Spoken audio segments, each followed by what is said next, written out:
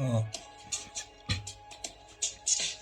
راهی سفر شدیم کسی نبود یاری کسی تارکی شب بود و انتظار از هیچ کسی آوارایی دشت جنگل نمیدیدیم خوشبختی را ترس می آمد وجودیم تا میدیدیم روشنی ششرایی یابی دریا سیاستی را بلا دست پایم خار خون یک قصه از سر گذر پارگی سیم خار خون شاماری نمیکیدیم شب سردی بود به دواری میلرزیدم تابلتای تیری مادل سکریتای رد برد گرمای چندانی نبود باریتانی نیمه جان شب نماد روی بر کفش نبود پای کلو پوری بوکس بود و نمیبرم استدای ماری بردگیر داریم بخاطیری کف خونیم زبانی ما بند نشه چیره با بیان داریم بیان از کشوری که خدای شام نمیبینه دردای بندای رکی ده حالی دوران داریم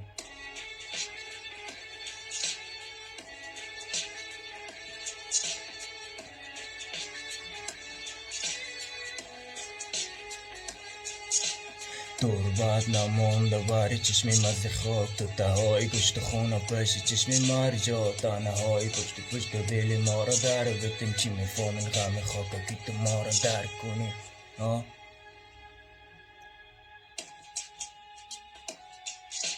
کشوری را ناله دارم نامش افغانستانه کشوری به صاحبی که همه چیزی ارزان تر از هر چیزی قیمت خونی آدم هاست قیمت یک تو تنانش برابر به صد جان جانم آمد کفی دستیم که شد 22 سال خوشی ما را دوست دیدن آزادی را مقبال خانه و خانه را گشتیم آزادی ما دستشان بود موهای ما زرد نبود که ببینن مفهم دشتی کربلا را صدقه ما ها برچی جان داریم کربلا علی اکبر ما شهید نوزاده داریم مشکای فرخونده شهدای دم زنگ شهدای کرسی کوثر مکتب شهدا را داریم خاشقان داری لبخندش تاریخی افشار داریم باعث افتخارم نیستی که افغانستان داریم